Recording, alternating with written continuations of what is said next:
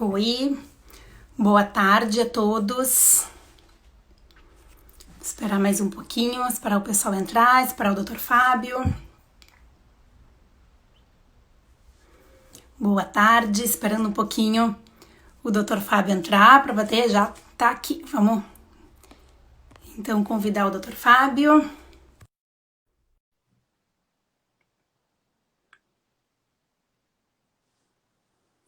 Vamos ver, estamos aguardando aqui, tá conectando. Oi, Fábio. Oi, tudo bem, Rafaela? Tudo bem? Tudo bem?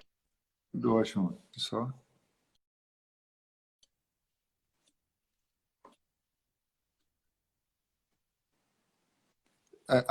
Eu acho que a imagem congelou um pouquinho. Deixa eu ver se já voltou. Eu acho que a imagem não.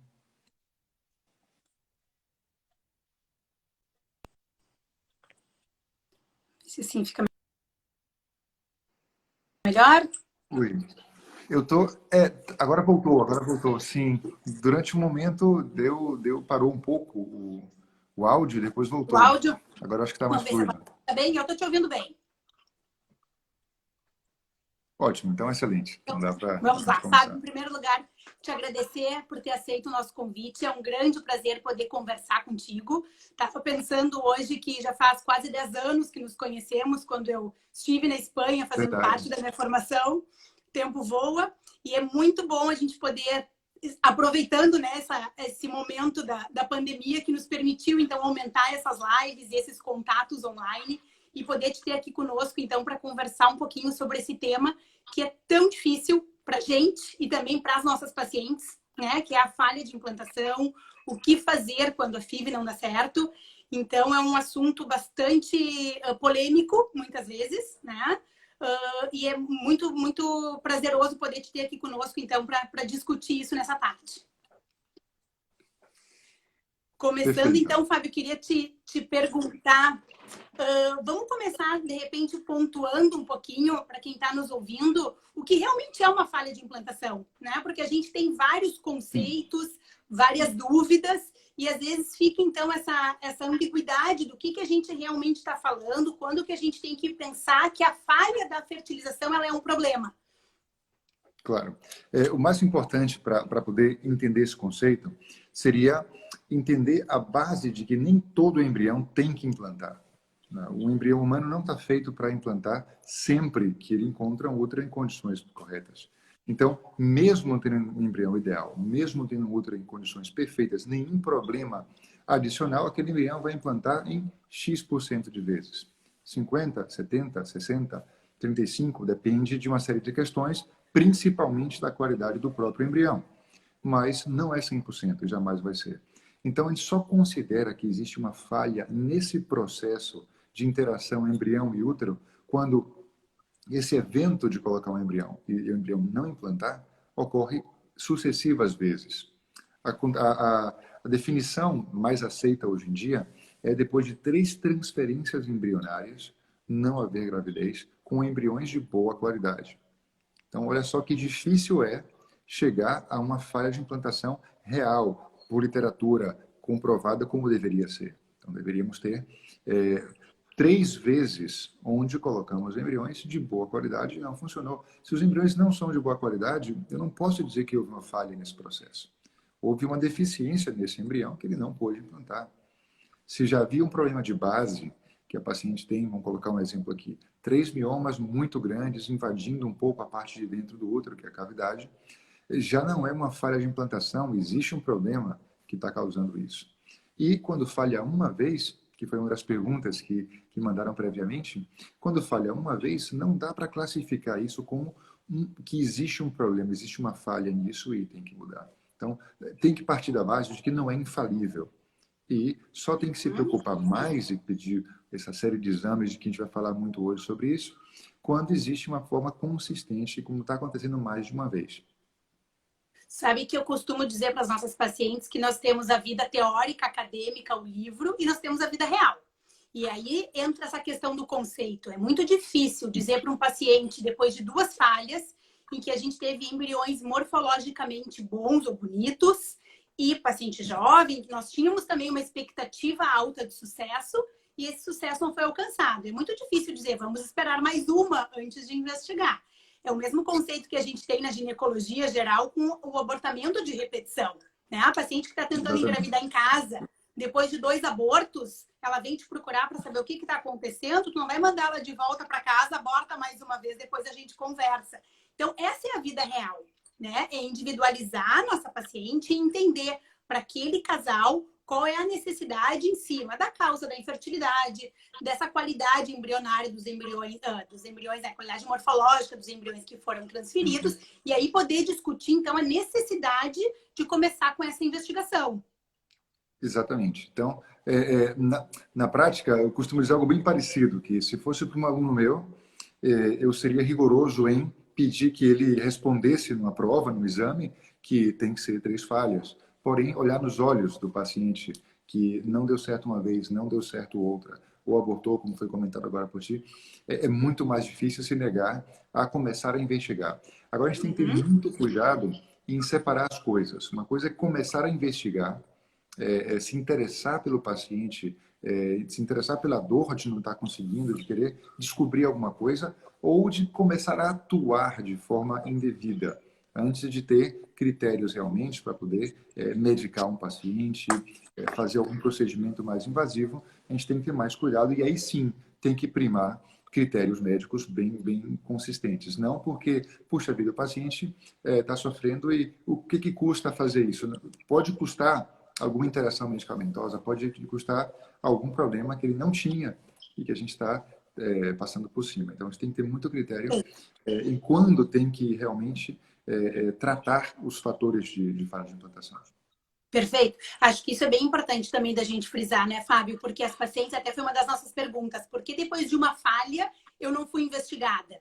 Então, exatamente, se nós formos pensar em fazer exames, pode parecer muito fácil, né? Mas a gente tá tratando quem? Está tratando um exame ou nós estamos tratando um casal, estamos tratando uma paciente que tem uma clínica? Eu, às vezes, costumo fazer uma comparação com uma anemia, né? Uma paciente que vem para ti no consultório com uma hemoglobina de 11,8, considerando normal acima de 12, totalmente assintomática, talvez não vá tratar essa anemia. Mas se ela vem com uma hemoglobina de 12, sintomática, talvez tu vá considerar que ela precisa de um tratamento. Então, são coisas diferentes. A gente simplesmente sair pedindo exames e tratando exames, ou a gente tratar uma clínica, um paciente que realmente está apresentando alguma alteração.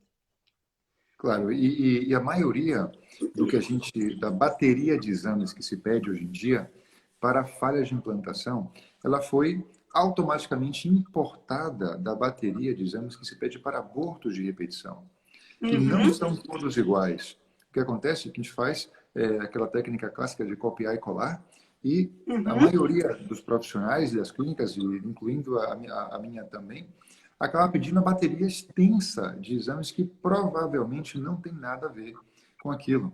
Por exames que, vamos colocar um exemplo das trombofilias clássicas, que muitos dos pacientes que estão assistindo conhecem o termo trombofilia, existem vinculados à falha de implantação o fator 5 de Leiden e os antifosfolípidos, mais nada. Então, tudo aquilo que é metilina tetraisofolato redutase, a MTHFR, a mutação de outras mutações menores, proteína C, proteína S, histamina 3, nada disso foi jamais vinculado com dificuldade de implantação. É vinculado com aborto, é outra história. Então, assim, você descobre aquilo, sai esse exame positivo, você acaba dizendo ao paciente, ou o paciente acaba entendendo de forma errônea que aquilo foi a causa e acha que por usar um anticoagulante, uma heparina, está resolvendo o problema da implantação. Vale a pena, de repente, corrigir esse problema para depois, quando finalmente implantar, não ter risco de aborto. Mas que não era a causa da implantação. Então, o perigoso de pedir muito exame e que não deu positivo é da gente parar de procurar no lugar certo. A gente estava conversando antes. Parar de procurar no lugar certo porque não é multifatorial o problema da implantação. Normalmente, recai o maior peso no embrião e o menor peso na paciente.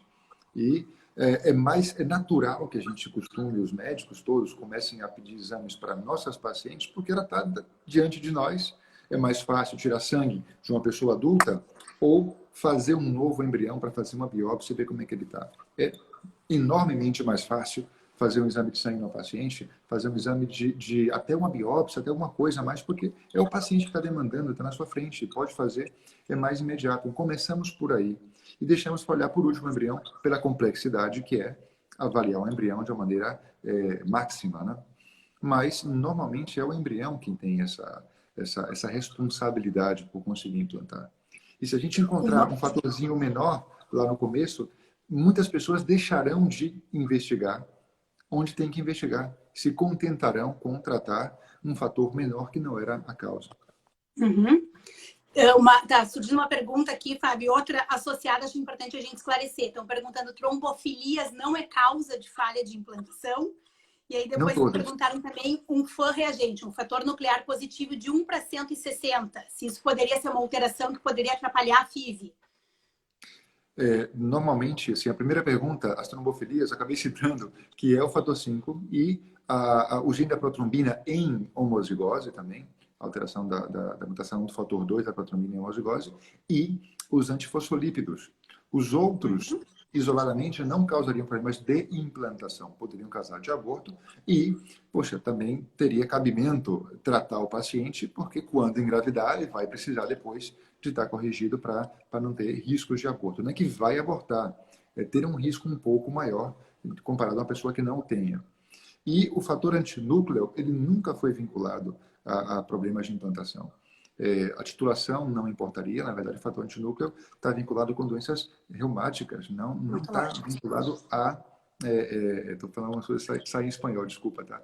Reumatológicas e não está vinculado à implantação, então não deveria ser um problema, deveria, no máximo, a paciente sabendo que tem um fator antinúcleo alterado, ela poderia investigar outros fatores reumatológicos que poderiam ter a ver com abortos, como são os antifosfolípidos. Mas sim, seria uma associação, não tratar, mas ali, tipo, onde há fumaça há fogo, então vamos tentar descobrir se tem mais coisa por trás disso. Mas ele sozinho não quer dizer nada para um filho. Ainda dentro dessa questão das trombofilias, tu comentou rapidamente, mas acho importante a gente frisar a questão do MTHFR, né? Da metileno tetraído folato redutase. Essa é uma mutação que é muito comum na população em geral. Existem várias sociedades e várias recomendações que já sugerem que nem seja pedido para as pacientes, porque a gente vê de forma muito corriqueira essa alteração, seja em heterozigose, seja em homozigose. Então, comentar um pouquinho, Fábio, essa questão da relação com a homocisteína e o que realmente importa nessa mutação, porque as pacientes muitas vezes têm esse resultado alterado. O Google informa muita coisa em relação a MTHFR, então as pacientes chegam bastante preocupadas com essa alteração e muitas vezes querem sair fazendo uso de heparina. Muitas vezes tem a indicação por hematologistas, né? Infelizmente, erroneamente, e acaba gerando um conflito aí do que realmente a gente precisa. Perfeito comentário, tem uma importância vital pelo tão comum que ela é. Então, o que acontece é que isso é uma mutação genética. Veja bem, onde é que vai chegar essa mutação genética? Existem pessoas que têm mutação genética, vamos colocar um exemplo do BRCA2, que é o gene do câncer de mama. Todas as pessoas que têm esse gene, elas vão ter câncer de mama? Não. Pode expressar ou não aquilo. Então, isso é o começo. É claro que essa mutação da metileno tetraído folato redutase é muito menos agressiva e muito menos expressiva que o BRCA2. Mas muito pouca gente que tem essa mutação vai ter algum problema. A maneira mais fácil, e bem fácil, na verdade, do que fazer isso, é fazer o exame da homocisteína. Quando tem um problema, esse metileno tetraído folato redutase é uma enzima do metabolismo do ácido fólico. Quando ela está falhando de alguma forma, existe um desequilíbrio desse metabolismo e acaba acumulando um metabólito que é a homocisteína.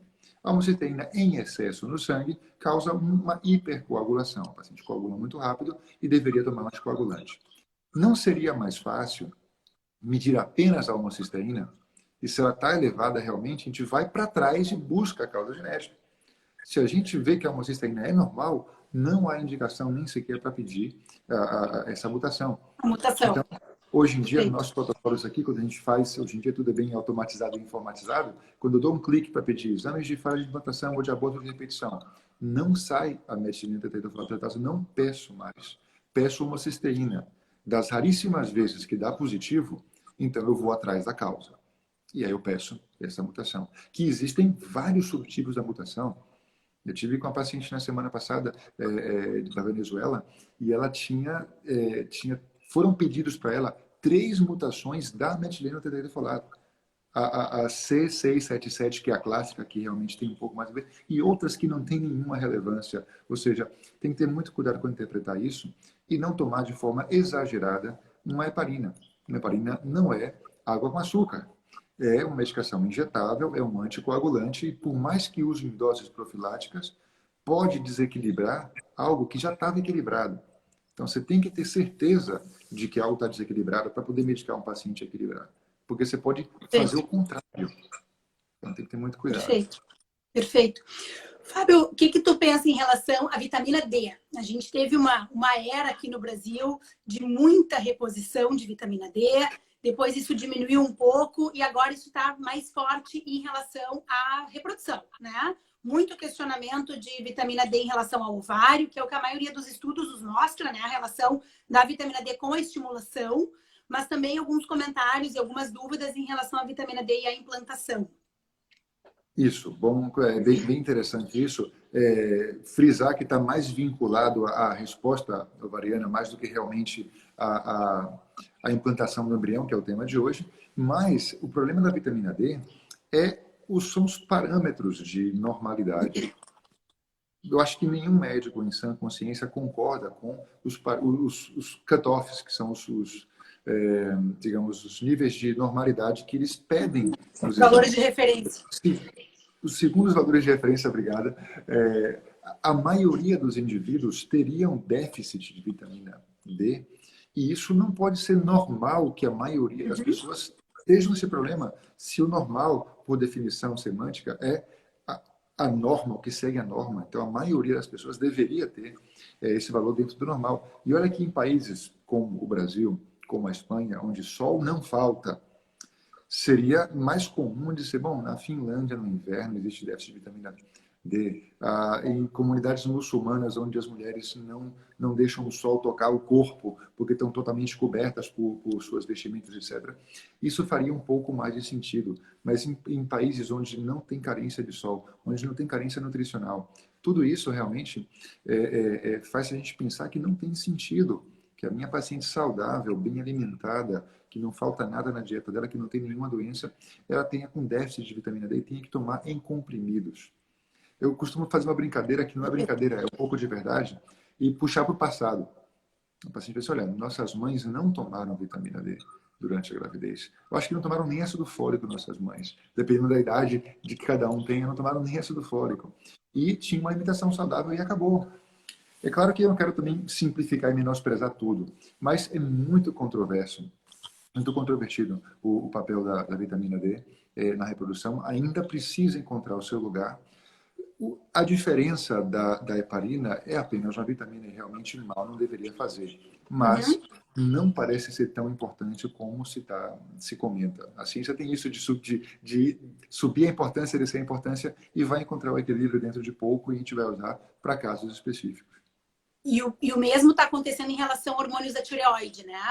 Valores de TSH baixos, relação com implantação, com abortamento. Sociedade de endocrinologia estão recomendando bastante manter níveis de TSH bastante baixos nas pacientes que querem engravidar. Como é que é a conduta de vocês aí em relação a isso? É tão importante isso que no ano passado a gente fez um curso online onde a gente contratou assim uma equipe especializada em endocrinologia para ver, e o que a gente encontrou foi o seguinte: causar abortos realmente tem que estar desregulado bastante, tem que ser um hipotireoidismo, uma coisa sintomático já alguma coisa que gere algum problema. Por outro lado, poderia, se a paciente engravidou e não corrigiu e adentrou a gravidez com uma tireoide que não está bem regulada, aí pode sofrer problemas durante o desenvolvimento desse bebê. É mais para a saúde fetal do que para conseguir ou não conseguir a gravidez.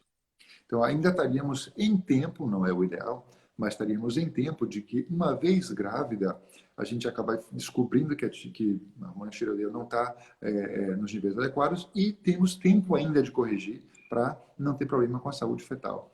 existem muito poucos trabalhos que associam a problemas subclínicos, que são aqueles bem leves, que não gera problemas, com infertilidade. A tireoide está relacionada com a infertilidade em níveis extremos, onde a paciente deixa de ter menstruações e deixa de ter ovulações. Mas transtornos mais leves, subclínicos, que para o paciente que está ouvindo e não sabe o que é o termo subclínico, eu não tenho nenhum sintoma, eu estou totalmente bem fisicamente, mas o meu exame deu alterado, mesmo alterado não, deu um pouco mais, porque para quem não conhece esse tema de perto, existem valores de normalidade da tireoide, vamos colocar a maioria dos laboratórios, que é até 5. E se pede para que uma paciente, quando quer engravidar, tenha abaixo de 2,5, ou seja, se redobra literalmente o cuidado, até que ponto é um excesso ou não. Cumprimos esse ponto de 2,5 também, que é o que todas as sociedades acabam recomendando também, mas eu, no meu íntimo, suspeito que é um pouco de exagero. Mas, enfim, é uma coisa bem tranquila e dá para regular sem maiores problemas, cuidando com calma e também não descendo muito para não desregular, por contrário. E é fácil de controlar, é só pedir um TSH e está controlando. O hormônio da tireoide entra junto com a vitamina D nessas coisas que podemos dizer que não seriam tão maléficas, né? E talvez Exatamente. tenham benefícios. Perguntaram aqui, a heparina pode ajudar na implantação naquelas pacientes que teriam indicação de usar heparina frente a exames alterados, e é uma clínica, né, Fábio? A gente tem que ter muito claro isso. Tem vários estudos que demonstram que a heparina usada de forma empírica naquela paciente em que a gente não tem mais como explicar as falhas, e vão existir essas pacientes, infelizmente, né? Algumas vezes nós vamos ter pacientes em que foi feito biópsia embrionária, temos embriões euploide, temos todas as investigações de causas uterinas e mesmo assim, infelizmente, a gente não consegue o sucesso com a gravidez. Nessas pacientes não tem benefício o uso da heparina de forma empírica, pensando que só por usar poderia trazer algum benefício. Então, a gente tem indicação quando realmente existe alguma causa para esse uso. Exatamente. Não é uma vitamina que eu dou para reforçar. É uma medicação séria e tem que dar quando há um problema. Perfeito. Perfeito. Fábio, muitas perguntas em relação à endometrite. Investigação, quando que se investiga? A gente sabe que não se investiga tanto, né, quanto se fala, né? Muitas vezes a paciente não tem tanta clínica ou quanto indicação. O que tu pensa em relação a isso e a relação com a implantação? Bom, a endometrite tem várias questões. Vamos tentar resumir, porque poderia ser um dia inteiro falando só dela. Mas, basicamente, o que é endometrite? É uma inflamação do endométrio. Normalmente, a inflamação do endométrio, ela tem origem infecciosa. Alguma infecção subclínica que não dá para ver, mas tem uma origem infecciosa. Existe também de causa inflamatória, e a nova era da endometrite começa a atribuir a endometrite muito a uma adenomiose subclínica ou subendometrial. Isso complicaria um pouco mais a discussão, a nível técnico, digamos. Mas como é que a gente vê a endometrite? Como é que a gente pode saber que a paciente tem endometrite? De forma clássica, a gente ficava sabendo quando a paciente tinha sangramento fora de época, quando a paciente tinha algum critério de infecção, a gente ficava sabendo. Mas no dia a dia, que não era tão clássico ver casos tão evidentes, dentro da investigação de uma paciente que está tendo problemas para engravidar, dificuldade de implantar ou até abortos, a gente costuma entrar no útero e olhar por dentro, que é fazer uma endoscopia do útero, uma esteroscopia. Na esteroscopia, dá para ver muitos casos de endometrite, sim. Dá para ver, existem sinais, existem características que podem revelar para a gente. Vai muito de escola para escola. A escola italiana é muito estereoscopista. Aqui também, na Espanha, somos também bastante estereoscopistas e costumamos fazer essa abordagem para, digamos, ver uma série de coisas dentro do útero, não só se tem endometrite, mas também se tem pequenos pólipos, micropolipose, alguma irregularidade, algum problema na arquitetura do útero também.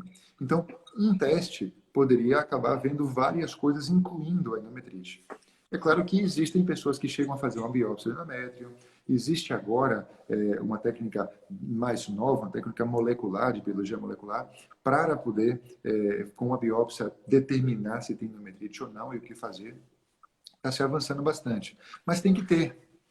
Tem que ter para poder realmente fazer isso. Então, você vai suspeitar, e o começo, o início da investigação para endometrite é entrar, olhar o endométrio está saudável, não faz. Quem faz uma biópsia de pele na pele saudável? Eu nunca vi. Você faz a biópsia de pele em uma lesão de pele que você suspeita que pode ter algum problema. Eu não vou biopsiar minha pele só porque meu avô teve câncer de pele em qualquer lugar. Sai biopsiando às cegas. Então, você faz isso quando realmente tem uma coisa maior por trás. Mas existem variações de acordo com cada escola científica. Perfeito, perfeito. Endometrite e endometriose. Como identificar? Bom, são Falhas de coisas... implantação relacionadas à endometriose. O que te parece esse tema tão discutível? Pois é, a endometriose, embora os nomes são bem parecidos, não tem nada a ver uma coisa com a outra, na verdade. A endometriose é quando o tecido endometrial que deveria estar dentro... O que é endométrio? Endo, dentro, metros, útero, em latim. Então, o endométrio é a parte de dentro do útero. Quando aquela camada sai daqui, ela deveria sair daqui para fora, a menstruação, e elimina. Mas, eventualmente, ela pode ir para outros lugares e subir, ir para dentro do útero, ir para dentro pelas trompas e acabar afetando os ovários. A endometriose, ela não afeta a implantação do embrião. Pela sua própria definição, a endometriose ela tem que estar dentro do útero e logo é normal que ela esteja dentro do útero. Ela não poderia jamais afetar a implantação de um embrião estando no lugar que ela deveria estar.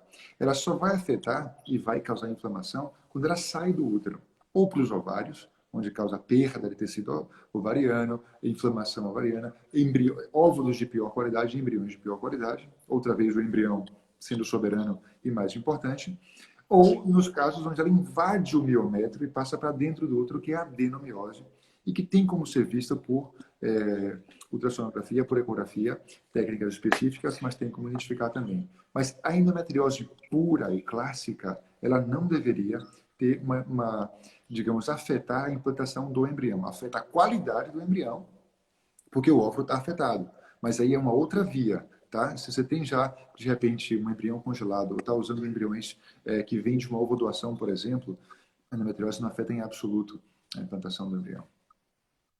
Fábio, eu sei que vocês usam bastante análogo para fazer bloqueio ovariano para preparo endometrial. Como é que é a experiência de vocês com isso? Pergunta agora, o uso de electro, né? Fale um pouquinho sobre ele após falhas. Sim, a gente usa isso por vários motivos. A gente usa por segurança.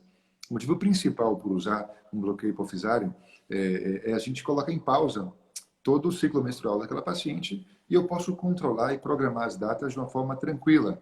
Um exemplo clássico vamos colocar aquela nossa paciente de 2 meses atrás, que veio para cá para fazer um tratamento e colocar o embrião que ela tinha congelado e ela tinha que decidir a data e viajar. Então, a gente pode programar um ciclo de forma artificial, cronometrado, tendo o ciclo natural em pausa. Então, a gente faz por isso. Mas, para tratar realmente, a gente costuma fazer aqui muito com adenomiose, que, para quem não sabe, é aquele endométrio que, em vez de fazer endometriose fora, ele entrou dentro do músculo uterino e está causando inflamação ali dentro. Claro, um útero inflamado na parte muscular pode, sim, dar problemas de implantação. Mas não é nada oculto, é algo que a gente vê por ecografia, é algo que dá para a gente saber o que tem. E a gente usa bastante, sim. A gente usa, na verdade, entre 6 e 10 semanas de bloqueio para poder desinflamar aquele útero e ter em melhores condições para implantar. Naquela paciente que parece ter uma causa que poderia ser prejudicial para a implantação. Quando tem um útero que tem problemas que são evidentes, não é uma coisa que vai passar desapercebido para um bom ecografista. Ele vai ser visto, então, não vou tomar por vir as dúvidas. Não, jamais. Quando tem um útero que tem problemas e que precisa desse processo. Perfeito, perfeito. Fábio, tu não foge um pouquinho do nosso assunto, mas já surgiram várias dúvidas em relação a isso. Eu pedi para tu comentar. O uso de GH para resposta ovariana. O GH está ressuscitando agora, meu. Digamos, é tudo 15 cíclico, anos né? atrás, há quase 15 anos atrás, se publicaram por primeira vez GH na estimulação. Me lembro que quando eu entrei aqui, há 12, 13 anos atrás, o primeiro Journal Club que eu fiz, o primeiro artigo que eu discuti foi sobre uma meta-análise que fizeram de GH. Olha só, a meta-análise com GH que foi feito com 4 trabalhos diferentes e cada um usou uma metodologia completamente diferente. Ou seja, se usa GH, mas ninguém sabe como usar direito. Não existe uma forma correta de usar, não existe um padrão. Tem gente que usou durante a FIV, tem gente que usou uma semana antes, tem gente que usou um mês antes. E os resultados, todos eles disseram que dava certo. Ou seja, muito estranho. E estudos pequenos, estudos com 12 pacientes, com Hoje em dia, os estudos científicos se fazem com pelo menos 100 pacientes, normalmente 500, 1000, ou seja, são estudos mais consistentes. É difícil acreditar que uma coisa funcionou tão bem usando de qualquer forma, assim ou assado, e com pouquinhos pacientes que deram certo. E, adicionalmente, tem um custo bastante elevado. Não sei no Brasil como é que ficaria, mas tem um custo bastante elevado. E para a incerteza que ele pode causar para a gente se vai funcionar ou não, acaba não valendo a pena. Nós, por exemplo, no nosso grupo, não usamos GH. Não temos isso porque os últimos artigos publicados mostraram que não adiciona nada para a gente. Acho que é importante a gente frisar de novo, né, Fábio? A gente está num meio em que às vezes o desespero reina, né? E a gente Exatamente. acaba muitas vezes fazendo tratamentos, investigações que não são baseados em evidência nenhuma de sucesso. Então, acho que alguém botou antes um comentário ali, o importante é a comunicação aberta com o paciente. Não que a gente não vá fazer, não que a gente não vá investigar, mas essa troca de informação e tornar o paciente parte do processo de decisão. Não vai existir um certo e um errado, a medicina é muito difícil a gente dizer sempre e nunca, né? Não tem 0 e 100, mas a gente precisa, junto com o paciente, definir qual é a melhor fórmula para aquele casal. Porque muitas vezes a gente vai estar fazendo algum tipo de tratamento em que não existe uma evidência científica e vai dar certo. Acabaram de colocar aqui, usei prednisona e lipofundin e engravidei depois de muitas tentativas. A gente não tem nenhum estudo que nos respalde isso. Não tem nenhum estudo que vá nos dizer que essa é a fórmula para essa ou para aquela paciente de sucesso. Que é a mesma coisa da imunoglobulina, que surgiu várias perguntas aqui em relação a isso. Eu já vou te deixar comentar sobre isso, mas no Brasil, desde 2016, a gente tem vários tratamentos relacionados à incompatibilidade proibidos pela Anvisa, né? Então, o uso da imunoglobulina com este fim, o uso de linfócitos paternos, vacina de linfócitos paternos, foram tratamentos proibidos pela Anvisa em 2016, justamente por isso. Não se tinha nenhuma comprovação de eficácia, então os tratamentos foram suspensos. E aí surgiu o intralípide, que também hoje não pegou como um todo, né? Não está meio em cima do muro, algumas vezes se usa, algumas vezes não se usa, mas não existe nenhuma evidência que nos garanta que isso irá aumentar a chance de gravidez dos pacientes. Queria que tu comentasse um pouquinho a experiência de vocês com isso. Vou fazer um comentário rápido e depois vou apelar para a matemática, que a matemática costuma ser infalível. O que acontece? No nosso grupo, por exemplo, que são 52 clínicas no mundo, e sempre tudo que fazemos é bem embasado na evidência científica, no que realmente é real, porque assim, você usa uma paciente e dá certo, ninguém sabe se é por sorte ou porque deu certo de verdade. Você tem que ter estudos que comprovem aquilo. Não usamos imunoglobulinas, nem tratamentos de compatibilidade e nem intralípides. Também não, que o lipofundin não usamos nada disso porque nunca foi confirmado. E estou para ver algum grupo que use tudo isso e que tenha resultados superiores aos nossos. Então, assim, em princípio, não precisa de fazer tudo isso. Agora, vamos para a matemática. Lembremos que os embriões não são todos bons. Alguns vão ser melhores do que outros. Alguns embriões são embriões que estão bem desenvolvidos já no final, os blastocitos expandidos e perfeitos. Alguns embriões foram transferidos no terceiro dia de vida. Alguns blastocitos são de qualidade A, outros são B, outros são C, outros foram biopsiados e são euploides de nota 10, outros não foram investigados ainda. Pega tudo isso junto e você vai transferir embriões, na média do mundo inteiro, 35% dos embriões vão implantar. Essa é a média do mundo. Ah, Fábio, mas aí para vocês é 60%. Sim, porque a gente faz um bocado de coisa que acaba subindo mais. Com certeza na fertilidade também é bem alto, porque se usa...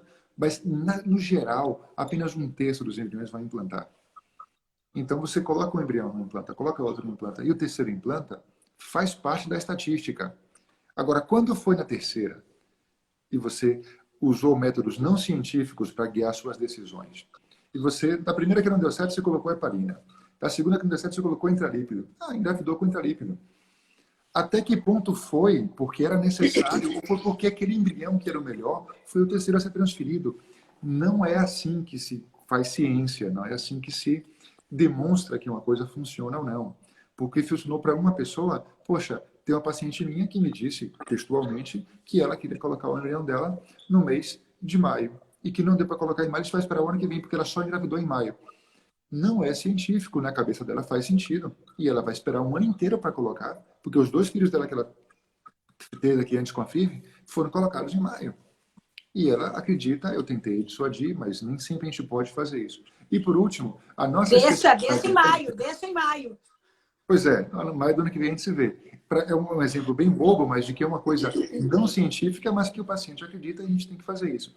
E a nossa especialidade médica é das poucas, junto com cirurgia plástica, talvez, que o paciente mais pode opinar. E deve opinar, e faz parte disso. Meu melhor amigo é cirurgião, e ele falou assim, olha, o paciente não decide muito no que eu faço, não. Ele dorme e eu faço o que eu tenho que fazer. Então, assim, é uma especialidade bastante delicada, porque não é que seja um ponto negativo, não, de forma alguma. Na verdade, é um ponto bem interessante poder tomar decisões compartilhadas com o paciente. A nossa missão maior é informar o paciente tão bem informado que ele tome as decisões mais corretas junto com a gente. Porque, voltando para o nosso assunto, o paciente que quer fazer mais exames, ele vai pedir para fazer mais, a gente vai acabar fazendo. A gente vai explicar que não precisa, entre aspas, negociar o que a gente vai fazer com o paciente. E às vezes a gente sabe que não tem sentido fazer aquele exame naquele momento, mas vai trazer um conforto para o paciente, uma tranquilidade. Minha paciente não é aquele útero, minha paciente é aquela pessoa que tem aquele útero. Então, para essa pessoa estar tranquila, às vezes eu tenho que fazer um exame que não é tão necessário, mas a pessoa precisou. O útero não precisava, mas a pessoa precisava ficar tranquila de fazer um exame e ver que era normal.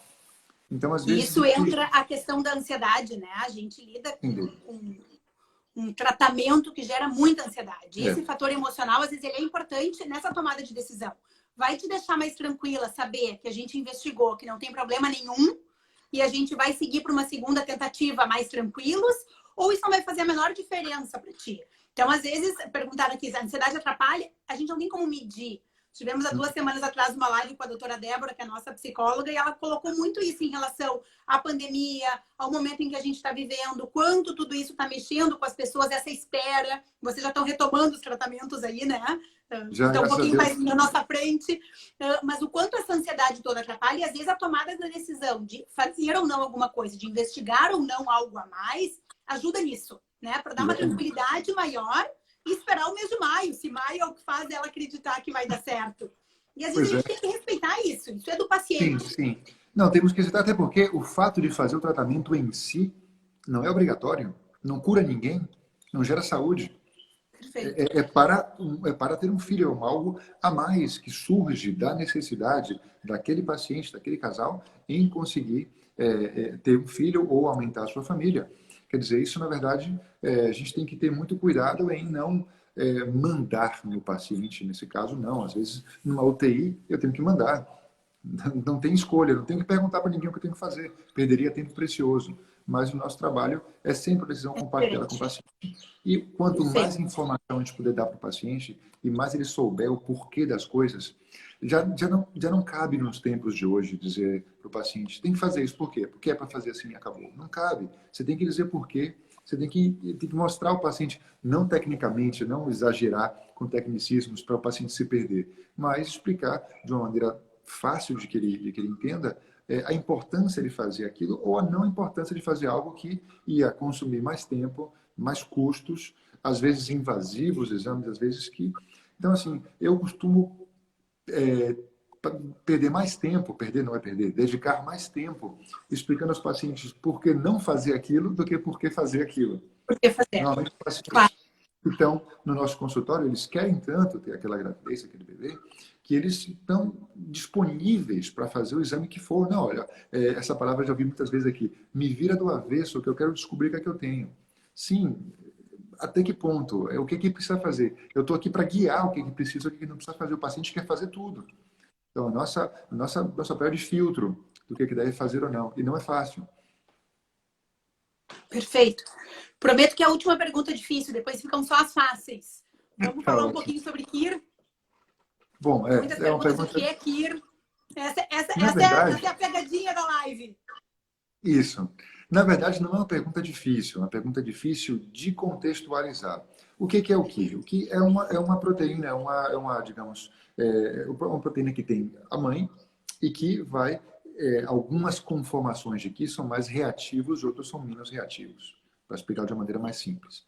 A configuração do Qi AA mostra que ela tem um padrão muito reativo e que poderia ter uma predisposição maior a ter abortos. Na verdade, não mexe muito com a implantação, não. É mais com abortos, tá? E o que a gente faz? Não dá para mudar. Não dá para mudar isso. Eu tenho que AA e acabou. A minha genética não tem como mudar. O que a gente pode fazer com isso? Bom, se estudou que existe os antígenos HLA, que quando vai juntar com Qi na hora da implantação e que aquele trofoblasto está invadindo a placenta, olha que não tem a ver com implantação, já implantou, está invadindo a placenta e poderia causar aborto e pré-eclâmpsia. Quando isso acontece, existe um HLA que ele é mais compatível com o QAA e outro que é menos compatível com o QAA. E, bom, o que eu posso fazer? Eu tive um filho com meu marido, ele tem aquele HLA, eu tenho esse aqui e somos menos compatíveis. Não é motivo para o casal deixar ele estar junto. Tem que assumir que existe uma reatividade maior e não tem tratamento. O tratamento que se tem, que a gente publicou no nosso grupo, aqui no IVE, é que quando a gente está utilizando um dos dois gametas, seja o sêmen, seja o óvulos, de doadores, aí sim, eu não vou trocar o meu marido, mas eu posso perfeitamente trocar a minha doadora ou o meu doador de sêmen. E aí eu procuro um que seja o mais compatível possível para anular aquela tendência reativa de causar abortos.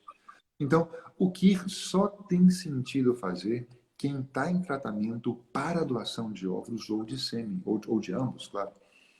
Não tem sentido fazer o exame de Qi para saber qual é o meu Qi.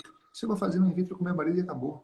Para quê? Para ficar sabendo que eu tenho um Qi um pouco menos ou um pouco mais reativo?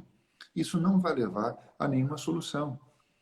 Só tem sentido, só tem estudos feitos nesses casos, onde uma das duas partes da conjugação que eu posso escolher uma parte mudar. que poderia mudar. Se eu não posso mudar, para que eu vou ficar sabendo? Não muda, não muda. Ah, não, mas então eu vou tomar outras medicações. Para quê? Não muda isso. Então, o que acontece, às vezes, é que as pessoas fazem por fazer, dá que tem que ir a que é o mais reativo. Bom, já que eu não posso trocar de marido, eu vou tomar heparina e corticoide. E não está correto, não é por aí. Acaba se fazendo por desespero. Mas é um desespero que foi criado por um exame desnecessário. Perfeito. Fábio, experiência de vocês com o Embryoscope. Nós estamos 4 meses, nós tivemos a parada, né, por causa da pandemia, mas nós temos o Embryoscope desde dezembro. Então, a gente está com uma experiência seguramente menor que a de vocês em relação a isso, mas uma experiência muito positiva, um grande avanço e benefício para os pacientes, né, o uso do Embryoscope no laboratório. Então, nos conta um pouquinho a experiência de vocês em relação à implantação, avaliação e, consequentemente, que mudanças e que benefícios ele traz. O Embryoscope a gente tem usado, eu acho que, se eu não me engano, há 6 anos. O Embryoscope mudou a gente, mudou a maneira de pensar, de que a gente começou a valorizar muito mais o final do processo, ou seja, a avaliação do embrião dia a dia, a gente deixou de fazer com o Embryoscope, a gente tem depois o time-lapse inteiro, e não tem que tocar no embrião em nenhum momento daquele cultivo, daquela cultura. Então, o fato de você não ter que tocar no embrião, ele está quieto, passando por aquela evolução muito mais parecida do que ele estaria dentro do útero materno, já é um grande benefício. O embrião ele não tem que passar por menos manipulações, por menos exposições à luz, etc, etc. Então, isso já ajuda qualquer embrião a estar mais saudável e poder implantar melhor. A segunda coisa importante do Embryoscope é que ele é gravado um videozinho em time-lapse, que você vê em, sei lá, menos de 1 minuto, aqueles 5 dias que ele passou no laboratório, 5, 6 dias, e não é por ver o vídeo, o paciente recebe depois aqui um pendrive com um vídeo e acha aquela coisa, assim, é bonito, é legal ter aquele vídeo do primeiro vídeo do bebê, na verdade, mas não é pela parte cosmética que ele é importante. Aquele desenvolvimento, ele vai entrar em diferentes algoritmos de desenvolvimento que, não dá para explicar agora com detalhe, mas existem certos padrões de crescimento que estão mais associados ao embrião que vai implantar ou não. Então, eu posso identificar, eu tenho que ter vários embriões, se eu tiver só um, isso não vai me oferecer tanta ajuda, vai oferecer ajuda que cuidou bem do embrião, mas se eu tiver vários embriões, eu vou saber qual que teve o padrão de crescimento mais parecido a um padrão de sucesso. Então, eu posso escolher de maneira mais precoce o embrião de melhor prognóstico com o algoritmo de desenvolvimento do time-lapse. Então, na verdade, a experiência que a gente tem é maravilhosa com o embrioscope. Ao ponto de que a gente tem já mais da metade do laboratório com o embrioscope e às vezes tem mais.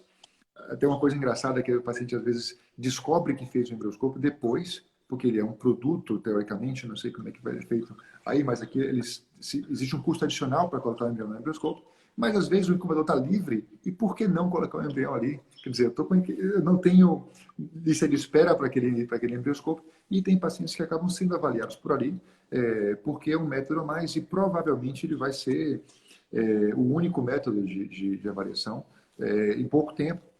Em pouco tempo, vai ser uma coisa gradual. A gente começou com 1, depois 2, 3, e agora está tomando conta do laboratório. Proporção imensa. Muitas vantagens em relação a isso e é uma coisa que a gente está bem contente. Perfeito, que bom, bom saber. Fábio, biópsia embrionária. Um comentário aqui. Por que dizem que a biópsia embrionária não aumenta a chance de gravidez? Então, a gente comentou um pouquinho isso antes, que é, na verdade, o embrião e o útero, né? Então, vamos conversar um pouquinho sobre isso. O embrião ele tem uma importância muito superior ao do útero, estatisticamente. Tá? Claro que o útero é importante. Sem útero não há gravidez.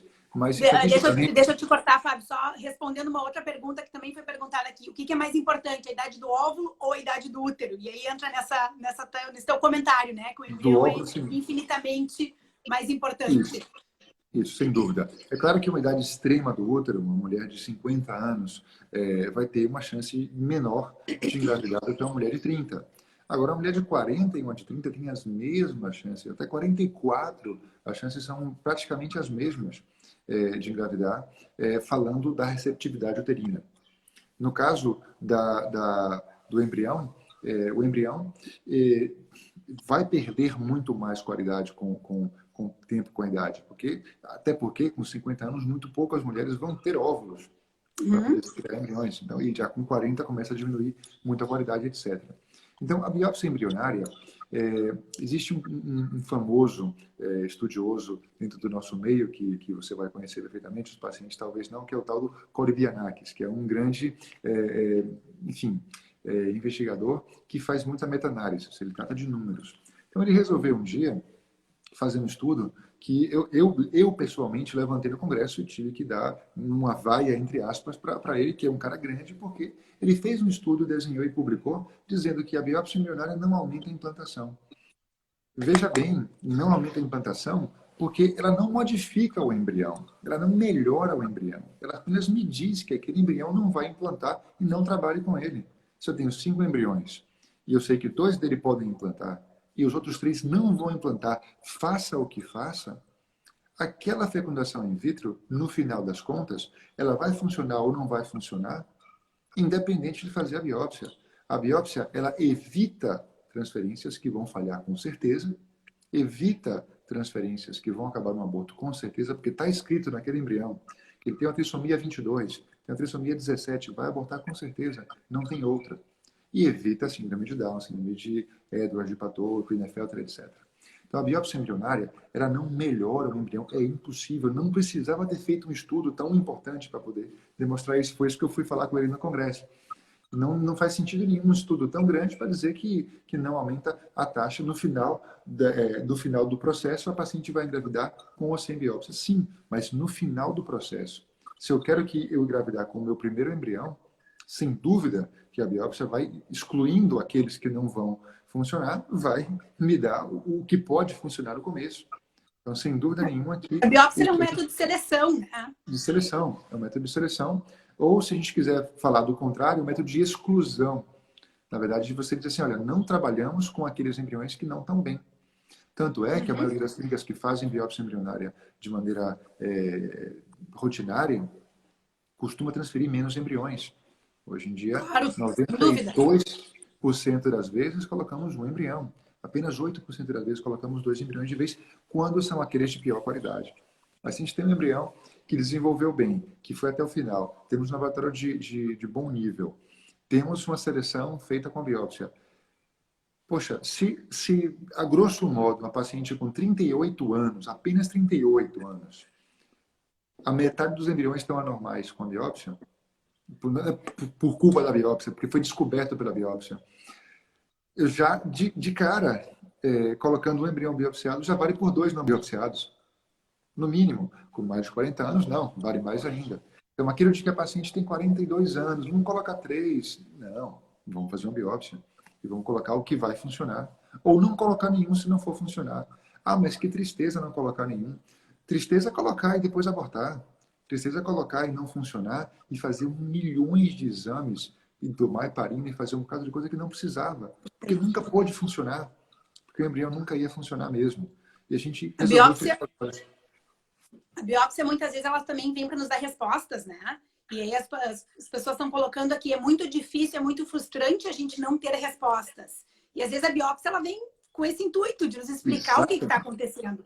Reviramos o paciente ao avesso, não encontramos nada, mas não temos biópsia embrionária. Bom, talvez esteja aqui, deixando claro que biopsiar não vai efetivamente estar aumentando a chance de gravidez. O embrião normal vai ser normal, biopsiado ou não, mas talvez seja muitas vezes importante para nos dar essa resposta. Estão perguntando se pode ser biopsiado embrião congelado. Sim, a gente pode descongelar e fazer a biópsia, sem problema nenhum. E também uma pergunta que surgiu aqui foi se é melhor embrião congelado ou embrião fresco. Veja bem, assim, o embrião congelar, a gente congela embrião porque precisa. E congela embrião por congelar. Tá? Das principais causas de congelar embrião são 2. Uma, sobraram embriões, eu tenho vários embriões, eu não vou colocar todos, vou colocar um, e o que sobrou eu vou guardar congelado. E a segunda maior causa, ou com o tempo vai ser a maior causa, é a biópsia. Hoje em dia, para biopsiar um embrião, a técnica de preferência é biopsiar o embrião quando ele já está no final do desenvolvimento dele. Então, a gente faz uma biópsia, quando o embrião está forte, já que não vai sofrer com a biópsia, e congela o embrião esperando os resultados. Você, poxa, mas eu não estou penalizando o embrião por estar fazendo essa biópsia e depois congelar o embrião e depois descongelar. Não era melhor ter colocado sem biopsiar? Aí a gente volta para a matemática. 38 anos, 50% de ser anormal. 50%. E, dependendo da sua clínica, do seu laboratório, congelar e descongelar o embrião pode ter 2%, 3% de risco. Já está respondido. É melhor fazer isso ou não?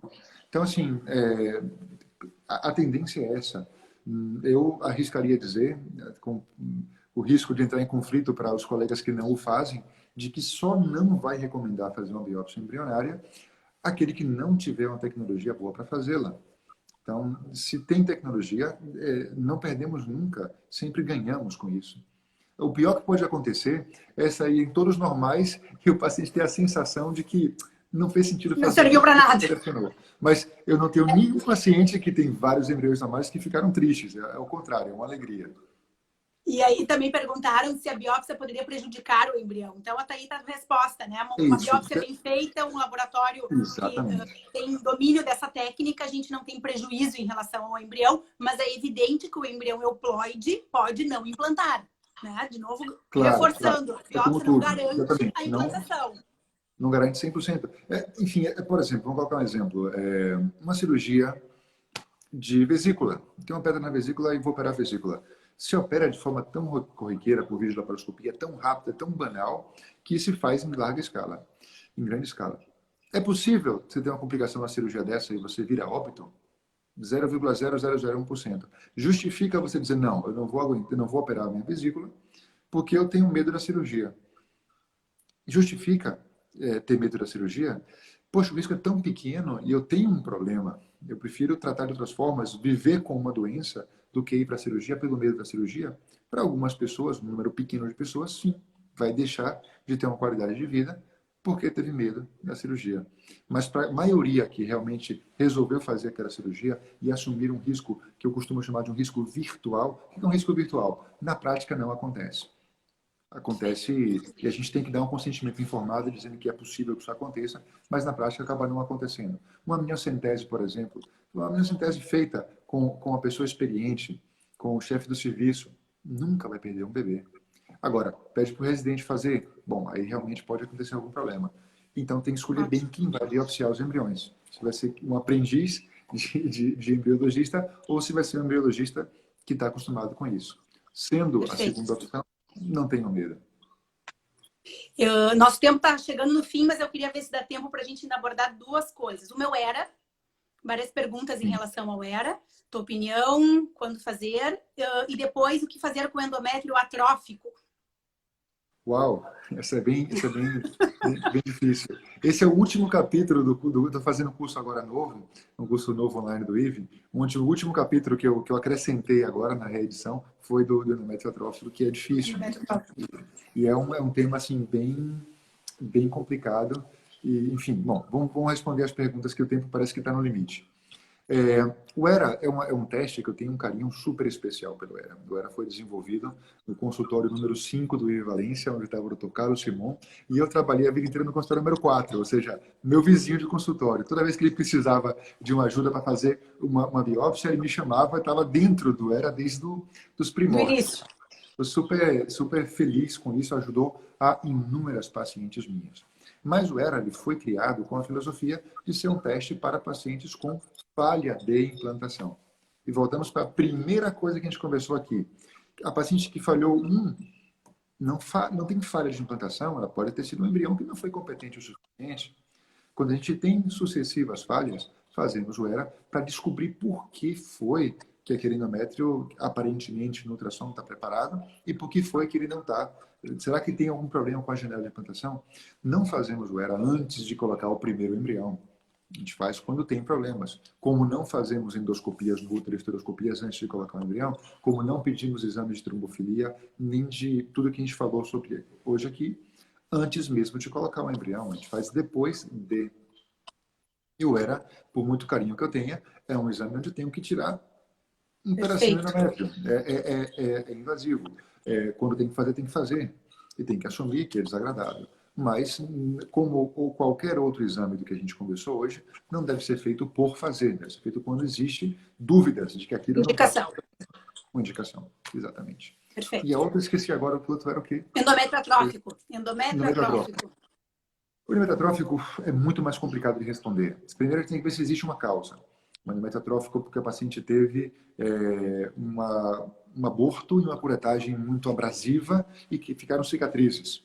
A resposta é cirúrgica, tem que abrir, tem que tirar aquelas partes que ficaram aderidas, as aderências, as sinéquias, e reestrogenizar e voltar de novo para que cresça de novo aquilo. Se teve uma causa oncológica, a paciente teve o paciente minha, que eu lembrei agora, que até publiquei esse caso, teve um linfoma e teve uma radioterapia e acabou afetando o útero e o útero ficou atrófico. Poxa, é mais difícil nesse caso ter uma causa, a gente vai tentar.